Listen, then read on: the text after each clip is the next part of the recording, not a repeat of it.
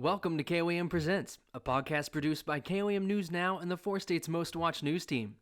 When storms hit and your power goes out, you can trust your Generac generator to supply you with the emergency power you need to keep you and your family safe during a disaster. Control your power. Control your life with a Generac standby generator. Sold, installed, and maintained by CDL Electric. Don't get stuck without power this storm season. Call CDL Electric today at 800-392-4942. Welcome back, another episode. I think I had teased in a different location, but we're in the same location this time. We're keeping it the same. Looks like it, yeah. Looks like it, at least to us so far. Dow with us again. Obviously, have to thank our sponsors to start things off, CDL Electric and Grand Lake Casino. You had the birthday party. Yeah, for my one-year-old granddaughter. And it was a smashing success. Of course it was. Even aside from the heat. She was a star, smashing in a lot of ways. She smashed her face into the cake. That's a big thing, too, is the, it's you a just tradition. kind of let them go at it, you know? Yes, yeah. They wear more cake than they eat. Yeah, That's part exactly. Of the fun. Yeah, Sure. That's so much fun. Well, today we're talking about some more fun topics, a little bit more lighthearted than our last episode. Great adventures, which that is more specific than just overall adventures. You've obviously been on a lot of adventures throughout the years. And prior to this, we were talking about how the reporter's job is more of an observatory one than a participating one. Right. And that's generally my philosophy. A great adventure is something that I would document that someone else was doing. Yeah. But I was a fan of a reporter. He was a sports reporter named George Plimpton. Through most of the 20th century, he was a reporter who engaged in what they called participatory journalism, where he would kind of put himself into this story and actually get to experience some of these adventures. Yeah. And I had an idea for a series that I would call Great Adventures. And I wouldn't do this exactly the same way now, but at the time I wanted to actually experience for myself things like skydiving and riding in a race car and rappelling down a cliff. And so I had pitched this idea, first of all, to my news director. And when was this? This would have been the 1990s, late 90s. I remember I was pushing 40. So this was a long time ago. I've been pulling 40 for a long time. Yeah, of course. And maybe I was going through a midlife crisis as I think about it now. I don't know. But at any rate, I pushed the idea to news director. She said, let me run it by the general manager. And the GM said, that sounds way too dangerous. And I'm not sure our insurance will cover it. And as things happen at any business, eventually, there's turnover. Yeah. And we got a new general manager, Danny Thomas. I thought, I'm going to pitch this story again. And Danny said, that sounds like a great idea. Maybe he was less concerned about whether it was dangerous. Just go for it. Yeah, we don't care. But he said, let's do that. I said, all right, Danny, to do this, I need a special camera. I need a little camera that I can take with me so I can get – the whole point of this was to give my point of view on these experiences. And this was before GoPro was I said this is a much earlier time. Yeah, there was no GoPro, but there was a camera that was called a lipstick camera because it was roughly the size of a lipstick and it's connected by a cable to a recorder. It was still to cassette or tilted tape. Yeah. It was sizable enough that I thought, well, I could put it in a backpack or strap it to me in some ways, and we could take this lipstick camera and connect it to a helmet. I mean, this is like, I guess, a rudimentary early version of GoPro. Yeah. And he says, fine, we'll buy this. And I pointed out I could use it for other things, too. There was going to be some hidden camera investigations and other uses for this later. But we got the camera. And the first part of this series turned out to be something that we didn't use the camera for because it was an idea that our production or our promotions and sales department had that they invited me to ride a bull in a rodeo. This was in Carthage. And I said, no, of course not. And they explained to me that, no, this is actually just kind of a gag, Dow, that they're going to invite you in, they're going to announce to the crowd, you're going to ride a bull, and it's actually going to be a little small, tame bull, and it's just going to walk across the ring, and the crowd will laugh, and you can tip your cowboy hat and so on. Yeah. And so against my better judgment, I said, okay, I'll do this. And I go to the rodeo in Carthage. We have a photographer, a news photographer there who's going to be shooting this. And I'm watching these other bull riders who, by the way, were like teenagers to maybe maximum 25. On like the real deal. Yeah. Oh, yeah, they're real. I mean, and they've got the full gear. They've got the padded chest gear and maybe helmets. I don't remember. But and they're trying to give me tips before it's my turn on how to do this. I say, guys, I don't need to know this. I said, my bull is a tame bull. And they were skeptical. And because they were skeptical, I started to become a bit more skeptical. I wasn't sure, but before I know it, I'm sitting on the back of a bull, no protective gear, and it's bigger than I imagined. And the horns were very real. Did it seem tame? I know that it had a name like Hurricane or Trouble or something that I assumed was meant to be ironic. Yeah. But did it seem tame? Does any bull seem tame? I don't know. That's The fair. the horns were real. Yep. At any rate, they opened up the gate, and Hurricane wasn't in on the gag, apparently. Oh, no. No. And so, the idea of when you ride a bull is you're supposed to be on it for 8 seconds, Yeah. and then they judge how well you did. But you have to stay on it for 8 seconds. And we timed the video later, and I was on this bull for about 4. Wow. Short enough that we had to show it in slow motion because It was too quick and it you was missed too it. quick, right? Still, though. Well, if it had been one of the bulls that the other guys were ridden, I would have been on it for about half a second. This one, I guess, comparatively, maybe was tamer, but it wasn't tame. It was still pretty good. Yeah, and and I land hard on my left shoulder, and I pick up my hat, dust myself off, wave to the crowd, and they were going for a laugh. I'm sure they got one, and some cheers. But then from that point on, then we were doing the real series. With my little lipstick. And that's just how you started off. That's That's a just way how to start off. Right. That was just like a little part of part 1. This is Yeah. going to be a 5-part series. For the first one, I was going rock climbing and rappelling. Met with a guy who was a trainer in Southwest Missouri. Took me to a cliff, showed me how to do this, showed me how to belay, where they lower you from a rope and so on. Yeah. At this point, this was a few days after I had ridden this bull, and my left shoulder, Oh, gosh. I couldn't raise my arm above my head. So my rock climbing, I did well enough that I was able to get up the cliff, and at some point I slip and I swing out from the cliff, but it was perfect because they're shooting this from the ground. You see me up there, and then we cut to my lipstick camera, and you see it goes out, and you look down, and it's exactly as I envisioned it. Yeah. And then from that point on, we did a few others that were fairly tame. Parasailing over Grand Lake, so you Okay, get my yeah. point of view looking down at the boat and up at the parachute. And went to Worlds of Fun, the amusement park in Kansas City, where I got to ride a ride that hadn't yet been open to the public.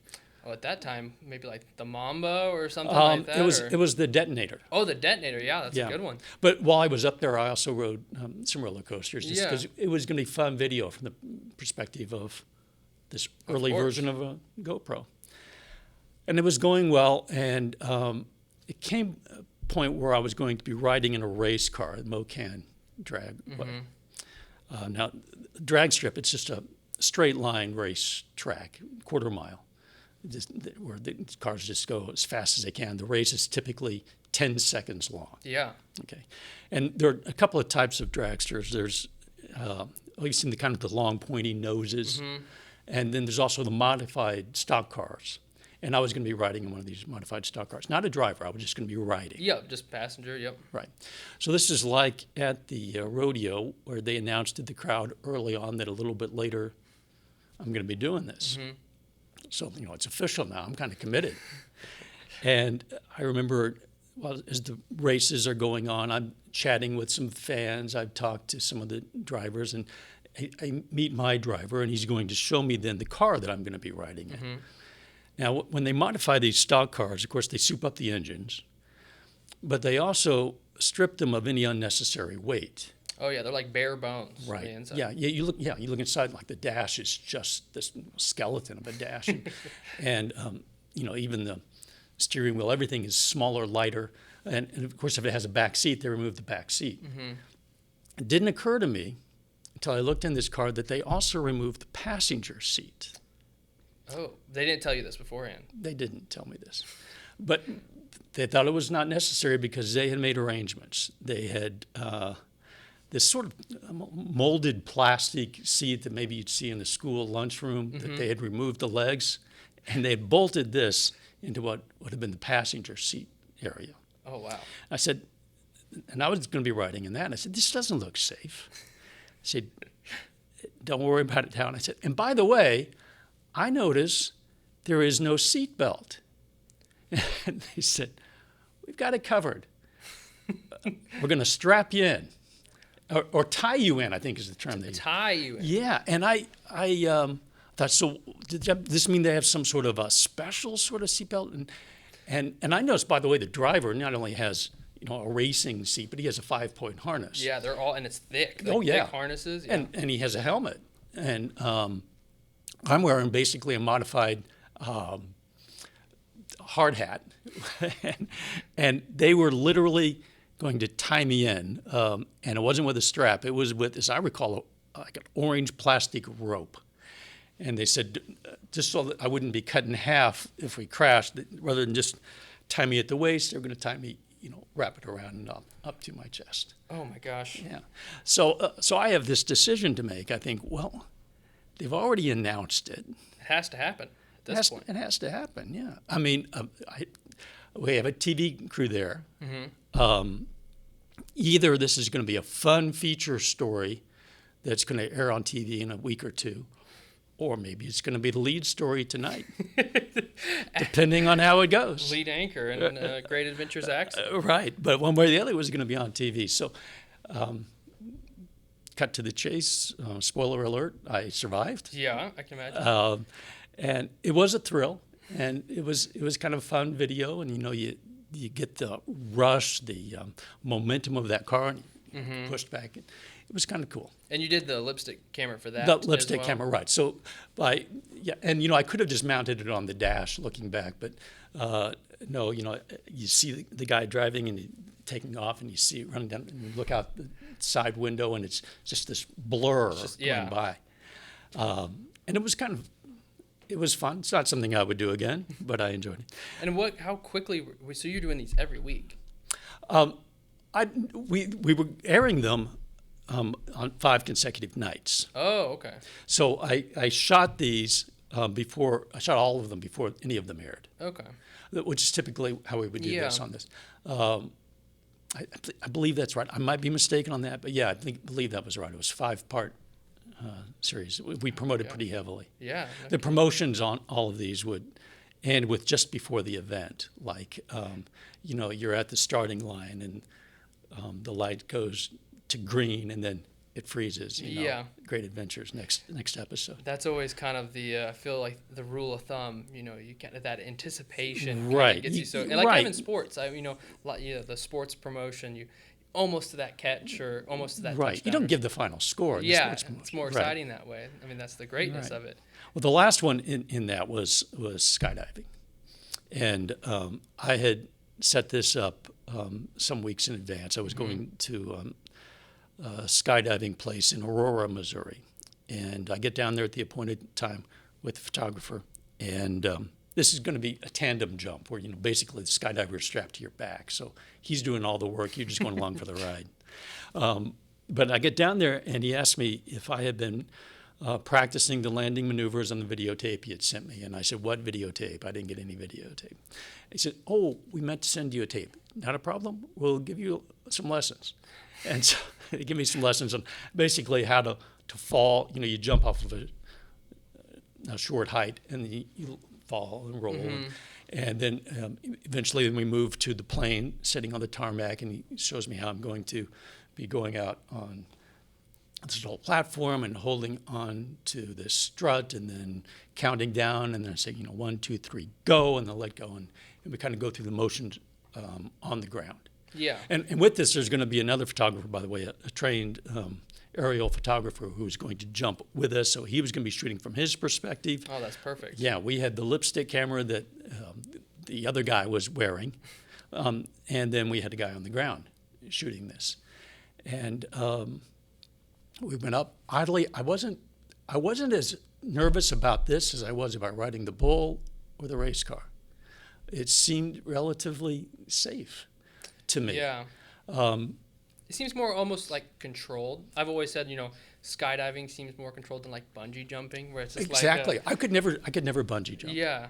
Yeah, more controlled. I think that's right. It's also because when you're skydiving, you're up so high. Generally, they jump from 10,000 feet. For this one, they said they're going to go, I think, 13 to 14,000, so I could free fall longer. And it would be better video. Yeah, more time. And yeah, with bungee jumping, the horizon is rushing up on you really fast. From 13,000 feet, it's just like you feel the rush of the wind, but it's like you're floating. As part of the instructions, I was supposed to check my altimeter every 10 seconds, I think, check to see, because once you get below a certain altitude, it becomes more dangerous. You have to allow time for that chute to open. And if it doesn't, then, to make adjustments. Would you say that was fairly, and he's like, I've never skydove before, gone skydiving. I've always wanted to, but like I hear that's really the most jarring is the parachute. Yeah, because you're going from 120 miles an hour on a free fall to suddenly considerably slower. I don't know what the speed is. You're still going pretty good pace when you're descending, but obviously it's not 120 miles an hour. So yeah, I remember as we were falling, and we have this on the video from the other perspective, the instructor behind me is tapping me on the helmet. I thought, what is he doing? Because I was having a great time, giving the thumbs up to the other photographer. Yeah. And he reminded me I was supposed to be looking at my altimeter. I had kind of forgotten that. And I looked at it and realized, oh, yeah, I'm past the point where I'm supposed to. Are you supposed to give him the cue then? Because I know, obviously, you're strapped to him. He's obviously checking it as well. I don't remember that exactly. I think when it was time, I'm supposed to reach and pull the ripcord. After he reminded me, I thought, oh, yeah, I probably ought to do that. So you actually were the one pulling. Oh, that's awesome. Yeah, as I recall that, yeah. Oh, yeah. And I mean, I know there's obviously different heights, but I feel like in that moment and being probably at a higher height, you do kind of feel like you're suspended. Yeah, you don't really have the sense of movement around you except for the wind in your face. And the noise, you're wearing goggles, you have a flight suit. There's one piece flight suit that's kind of flapping in the wind. But yeah, it is a real rush. What a great way to kind of cap off wrap up the series. Yeah, let's wrap up this series. What do you, not to say there has to be a takeaway, but was there something you kind of felt like, at the end of this obviously it's pure enjoyment, but is there kind of a takeaway that you kind of feel like at the end put a bow I wanted on to do this as I thought about it later. I think my opinion of that story changed over the years, that series. I would have done it differently because I think it focused too much on me. I think it would have been a more interesting story in the way I would have done it now is to maybe have some other people do it and I just document their experience. Maybe it was a little selfish, my motivations for doing it. Well, I think one could argue, it is maybe grounding for the viewer. They see you on TV every night, right? And they see you kind of doing these. Well, these things. And I also wanted to get the perspective of someone doing it for the first time. Oh, that's very true. So I didn't want someone that had just done this 100 times. What is the experience like? What's going through the training and what's it feel like to do it for the first time? Yeah. So, that's how I rationalized it at any rate. And fun things to do across the, 4 states. Yeah.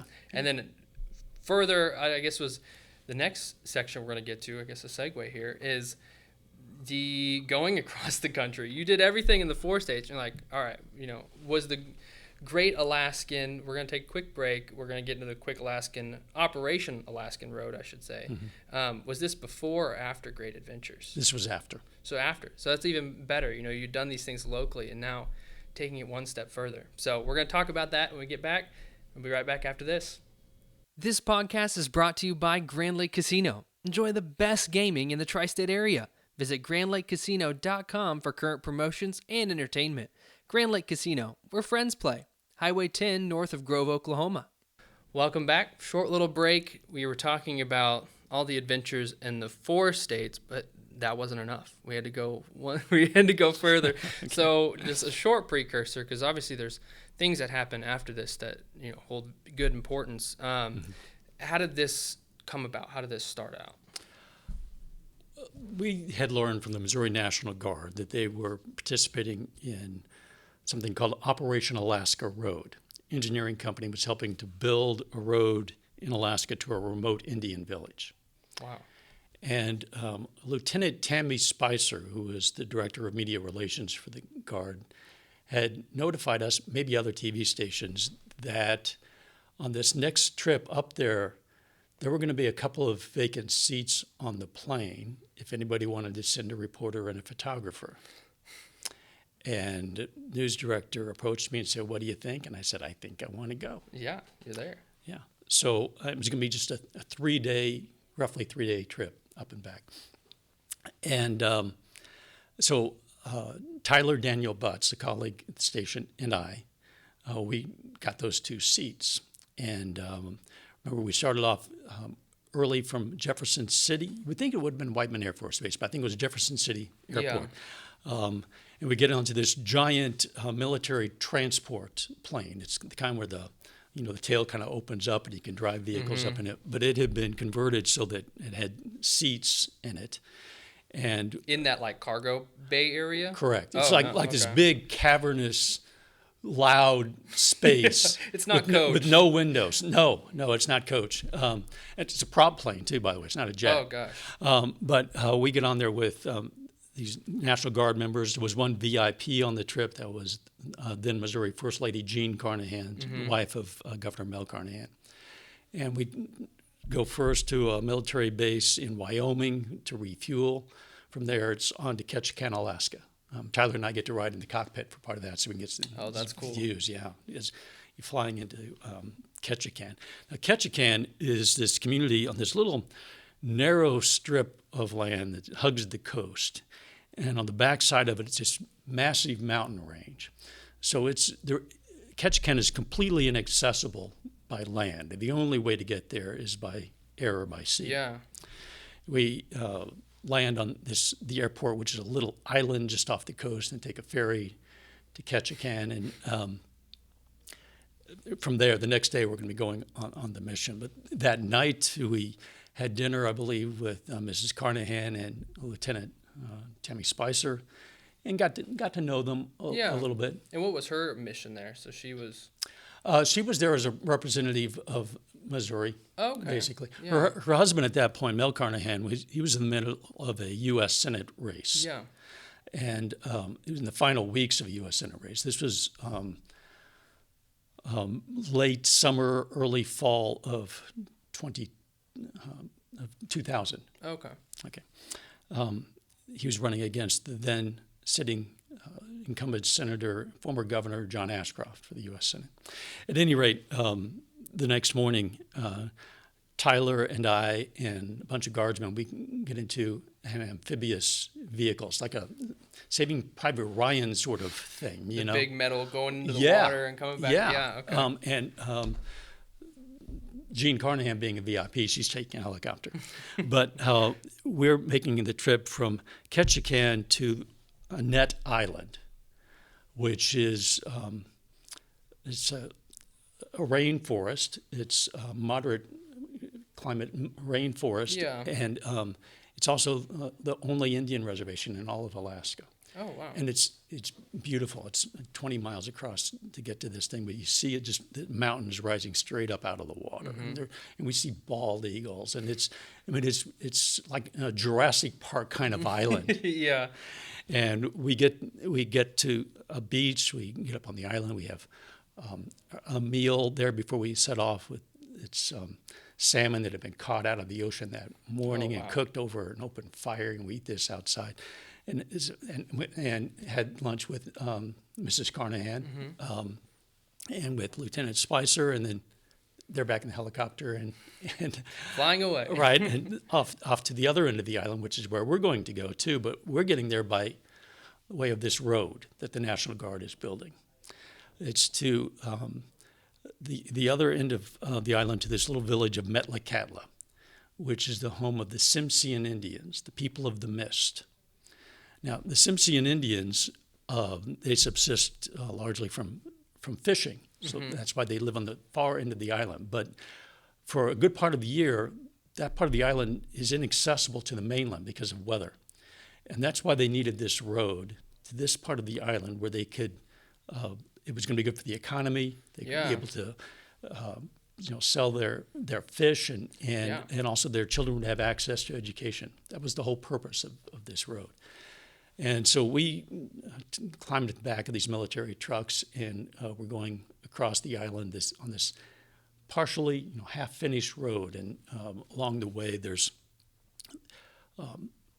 valleys and mountains and going along the mountainsides. And we'd stop periodically. We interview guardsmen who are operating this heavy equipment and talk about their mission and getting some just amazing video. Beautiful weather, by the way. Oh, I can imagine. Which was, it's actually unusual for that area that time of year. They usually get rain, but we had 3 straight days of sunny weather, which they say was unheard of for them. But at any rate, we shooting lots of video. We eventually end up in Metlakatla, and there's this ceremonial greeting where Gene Carnahan is there now, and the leaders of the Metlakatla community had this ceremony where Gene Carnahan gave them a Missouri flag, and they gave Mrs. Carnahan a gift of some sort for the Missouri people. Oh, that's cool. Yeah, show of friendship. And there was drums and there was ceremonial dancing. I think at some point they invited us all to get up and participate in this dance. I mean, they taught us a little bit about that. So it was very nice. Yeah. And then Mrs. Carnahan, the VIP, she gets on her chopper, heads back to Ketchikan.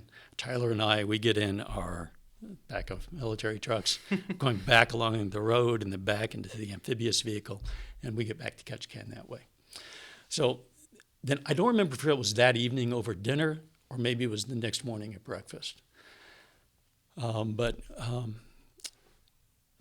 Mrs. Carnahan was really excited, and she told Tyler and me that she had a surprise for the governor she really wanted to show us. Now, Tyler and I, we had bought little souvenirs that we were going to take home. I had gotten these little tiny totem poles I was going to bring home to my kids because there are actual totem poles in that part of Alaska. Mrs. Carnahan showed us, a couple of guardsmen carried in this big thing. She unwrapped part of it, and it was a totem pole, but it was like 5 or 6 feet long, and it was this big around, like bigger. A full size. Oh yeah, I mean, yeah. Yeah, almost full size. Almost, but it was as big around as telephone pole, bigger, and had detachable wooden wings. And the plan was that she wanted to surprise the governor. She knew that he would be greeting her on the tarmac the next day, and we had to be part of the plan to distract him. She had this little conspiracy plan, and so we followed through. So eventually, we fly back, reverse route. We land back in Jefferson City, and Governor Carnahan is there on the tarmac to greet his wife. Yeah. And it was a nice moment. I mean, it wasn't part of his campaign or anything like that. There was no press around, and we were there, but our cameras were put away. It was just, it was a tender little moment, and genuine affection. And then the plan went into effect, where we did as we were told we were supposed to do. Mrs. Carnahan and Tyler and I kind of chat with the governor. This kind of loose conversation circle. Lieutenant Spicer, I think, was part of that group too. And as we're doing that, guardsmen, they're unloading the luggage into the back of some SUVs that's going to the governor's mansion kind of hurriedly, and they're sneaking this totem pole into the back of that SUV. And then it's eventually, we had chatted, joked a little bit about our experiences. When it's time for me to go and for Tyler to go, my luggage was missing. My bag of dirty laundry, I think, somehow ended up at the governor's mansion in the restroom. Oh, no. Such a hurry. They're just like, Right. get it all. Get it Right. everything. But I get it back eventually, a couple of weeks later. But in the meantime, so I'm back at the TV station in the a week or so after this. Now, this series isn't going to air until mid-November. And at this point, it was mid-October. But we weren't going to air this series until after the elections, a big presidential election, and the Senate race, and so on. And after the 10 o'clock news one night, I'm at the station. I'm working on a project. Must have been that project, I guess. I was reviewing some video or something, transcribing some interviews. I'm getting ready to write this story about Operation Alaska Road. Yeah. And a bulletin comes over Associated Press. This was after the 10 o'clock news. And it said that the governor's plane was missing. It had gone down in a thunderstorm. And 3 people had been on that plane. In addition to the governor, it was the pilot of the plane, who was the oldest son of the Carnahans, Randy Carnahan, and then a close family friend who was also a political aide. The Carnahans had known for many years. And so I immediately take that information down to Master Control, and I'd written up something so we could kind of scroll it across the bottom of the screen. We didn't have social media at that time. But at least people who are watching our station late at night, they're getting this update as we're getting it. But it's sketchy information. Yeah. We don't learn until the next morning that it's confirmed that the plane had crashed and that all 3 had died. Wow. So now we're only weeks away from the election. The Senate race has Mel Carnahan on the ballot. It's too late to change the ballot. His name is going to be on that ballot. And in the coming days, maybe a week later or so, there's a big funeral in Jefferson City. We send a reporter up there to Jefferson City covering this funeral for a governor and this grieving widow. Jean Carnahan is there. And we still haven't aired this story on Operation Alaska Road. It becomes known that although Carnahan is going to be on the ballot, if he were to win somehow over John Ashcroft, that the lieutenant governor, now the sitting governor, would appoint the person who would actually take that seat. And Jean Carnahan had been under, I won't say pressure, but people have been speculating that maybe the widow would accept that. Yes. People had asked her to.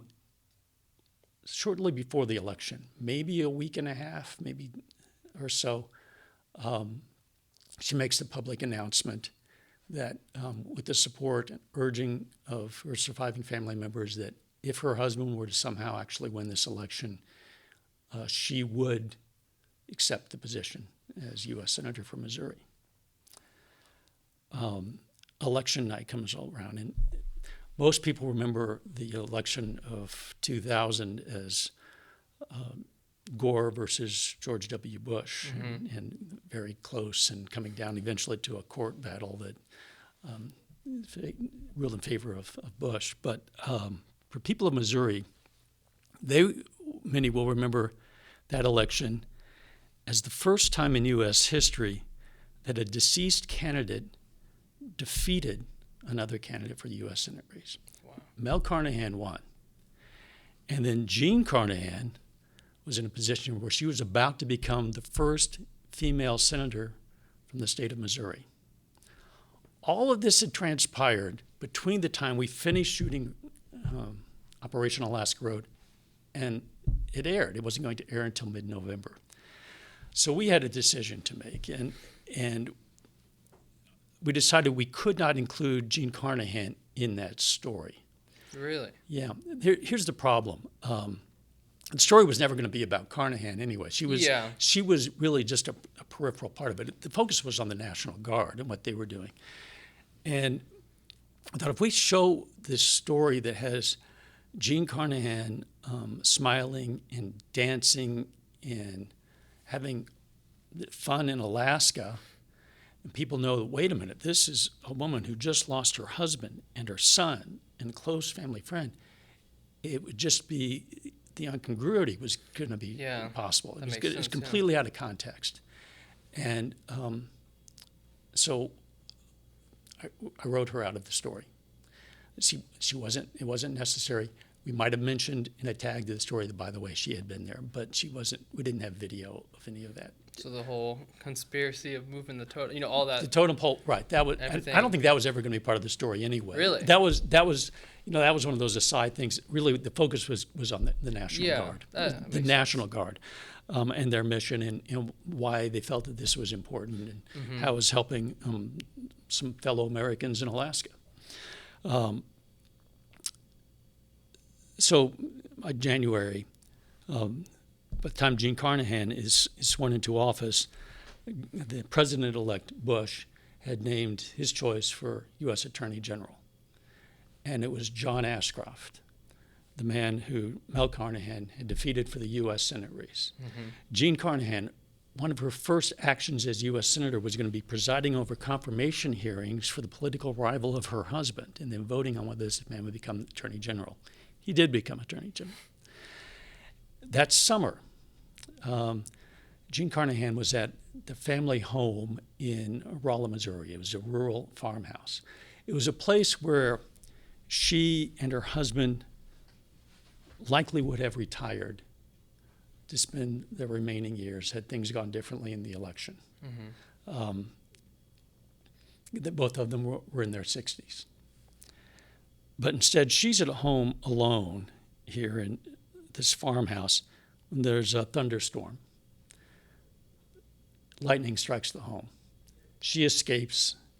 The home burns. Oh my gosh. And the story on the wires and elsewhere were telling that they lost lots of family mementos. You know, I think there were photographs and awards. I wondered if maybe a totem pole was among the things that burned in that family home. This was on the night of September 8th, a Saturday night, and I point that out because less than 3 days later would be September 11th of 2001. And so everything changes suddenly. And shortly after that, Gene Carnahan finds herself on the Senate committee investigating the events of 9/11. And this woman who less than a year before had lost her husband and her son and a close family friend in a plane crash was investigating a terrorist attack in which the terrorists used airplanes as weapons. Wow. This is how much happens in less than a year. At some point early that fall, I think it was in October, I receive a package in the mail in a big manila envelope. It's from the Missouri National Guard out of Jefferson City. And inside is a note from Lieutenant Tammy Spicer. Again, she was the media relations person. And she said she came across this and thought I might like to have it. And inside is a photo. And it was not a particularly great photo. It was not, the composition wasn't great. The lighting wasn't great. I think most people probably would have thrown it away. But Lieutenant Spicer sent it to me knowing that it would have some meaning for me. And in this photo is maybe 4 or 5 people standing in this loose conversation circle on the tarmac of an airport. And the sun is kind of low in the sky.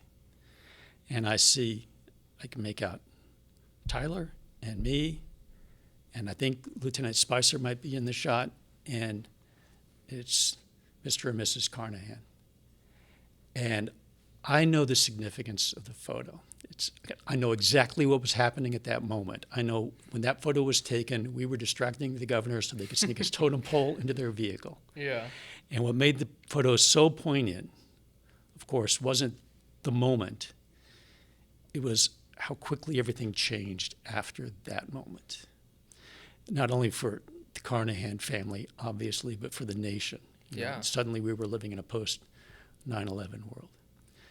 I'm going to give you a quick postscript to the postscript, kind of an epilogue to this story, and I'll wrap it up. It continues, yeah. Okay. That's fine. Okay, so go forward now almost 10 years to May of 2011.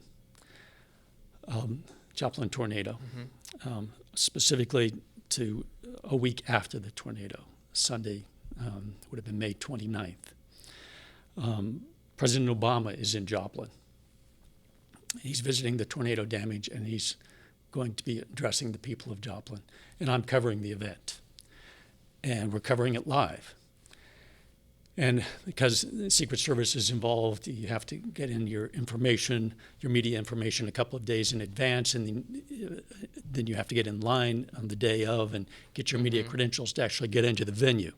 Oh. So I was in line. I was to get my credentials, and something's not matching up. Something had been submitted wrong. I don't know if there was a number wrong on a birth date or on a Social Security number or something, but something wasn't quite right, and I couldn't get in. And there's this line of media behind me and photographers, and I've got to get out of line. Oh. And I think I need to get into this event. My job is I'm going to be, was recovering live. I'm going to be ad-libbing for some time as we're waiting for the governor or for the president to speak. And I needed to be inside. I needed to see what was going on. And handling security for that event was the Missouri National Guard.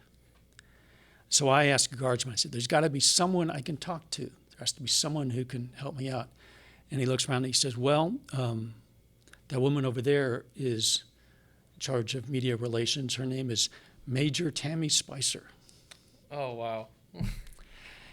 And I go up to her and I say, pardon me, Major, I'm sure you don't remember me.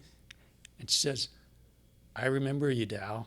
And she's Operation Alaska Road, yes. Gene Carnahan, yes. I explained the situation to her. She says, I can take care of this. And she vouched for me. She told the security people, says, I know this guy. He works for the local media. Told them who I was. And I got in to cover it. Wow, 10 years later. Yeah. So that's kind of the complete circle on Operation Alaska Road. It kind of almost... It goes back to our last episode. In the beginning, we were talking about how you just never know how these events, not only, and this isn't so much as a perspective thing, but just how the events unfold in an instant. Like you said, the thing that happened, all the events that happen in 1 year, and even if it's a small thing, getting in to get this coverage is just right. The pieces fitting together. Right. And how perspective changes. When you're looking back on a sequence of events, seemingly unrelated events, and kind of the timeline, how sometimes they fit together. Yeah, that is so neat. Well, I think we'll wrap it up there. That is a lot of adventures. And it's just the start. Like I said, we are still going to keep going with this.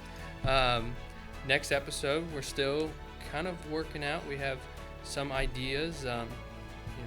A slight teaser talking about your interviewing of Klansmen and things like that.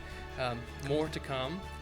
Obviously, thank you guys so much for listening or watching. If you're watching on the KOAM Plus app, there's tons of great content on there. Or if you're listening on Apple or Spotify, wherever it is, we appreciate it.